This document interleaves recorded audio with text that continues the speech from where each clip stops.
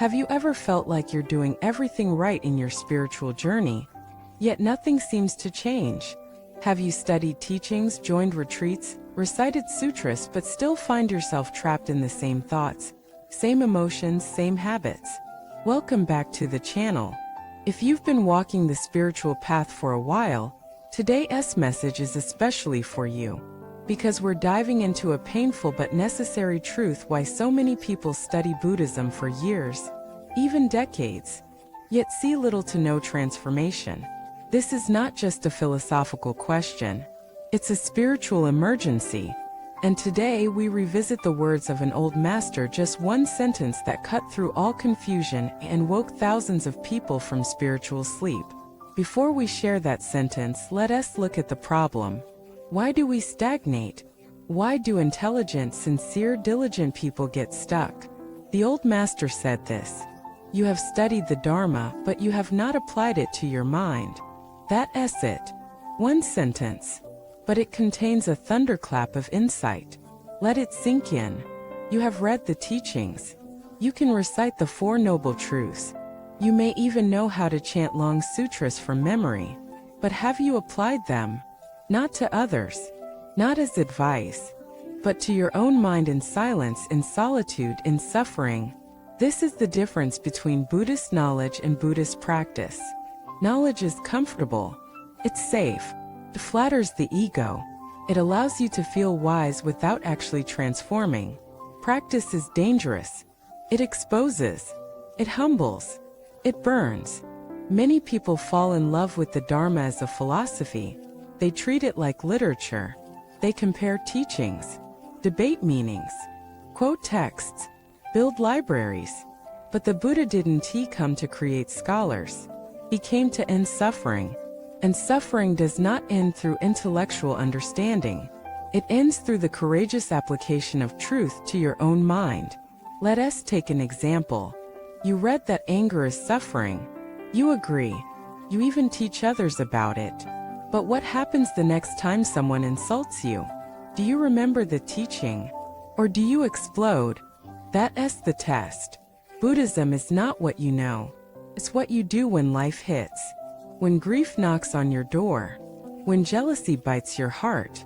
When craving pulls you under. When someone betrays you. Do you apply the Dharma?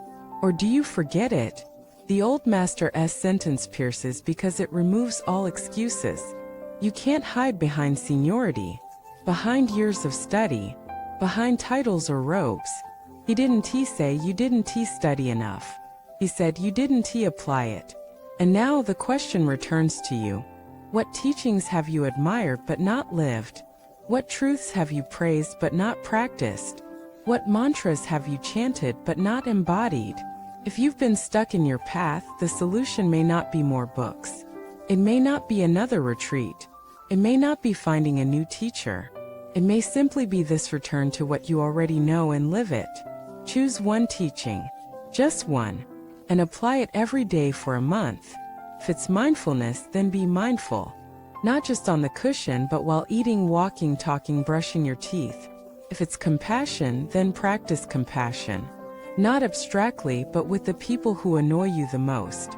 If it's non-attachment, then let go of that one habit, that one resentment, that one thing you keep clinging to. Because until your practice meets your daily life, it's only theory. And theory does not liberate. Experience does. Let us go deeper. The reason many practitioners don't apply the teachings is because of fear. Fear of losing control. Fear of being wrong. Fear of surrender. To apply the Dharma is to trust it. To step into uncertainty. To let go of old identities. The ego hates this. It prefers safety. Familiar pain is safer than unknown freedom. So we build spiritual masks. We pretend. We become Buddhists instead of free beings. But the old master's words strip all that away. They say if you're suffering, the cause is not lack of teachings. It's lack of application. This is both terrifying and empowering. Terrifying because it puts responsibility in your hands. Empowering because it means freedom is in reach. So what now? Stop collecting teachings. Start living them. Stop quoting sutras. Start embodying them. Stop analyzing karma. Start purifying it through action. And when you fail and you will, don't make excuses. Just return. Again and again. Because practice is not perfection. It's persistence. Every moment is a chance to apply the Dharma. When you're anxious, apply it. When you're greedy, apply it. When you're joyful, apply it. When you're hurt, apply it. Make it your first instinct, not your last resort. And slowly something shifts. You stop reacting. You start responding. You stop performing. You start becoming. Your mind softens. Your heart opens. And one day someone will ask you, how did you change so much? And you'll remember the old master's sentence. You have studied the Dharma, but you have not applied it to your mind. And you'll smile. Because now you have. Thank you for watching this video. If this message resonated with you, if you've struggled with turning knowledge into transformation, share your reflections in the comments. Let this be a space where truth is lived, not just learned. Please like the video, subscribe to the channel for more direct and heart-opening teachings, and share this with a fellow seeker who might be stuck in the same illusion. Until next time, study deeply, practice honestly, and above all, apply the Dharma to your own mind.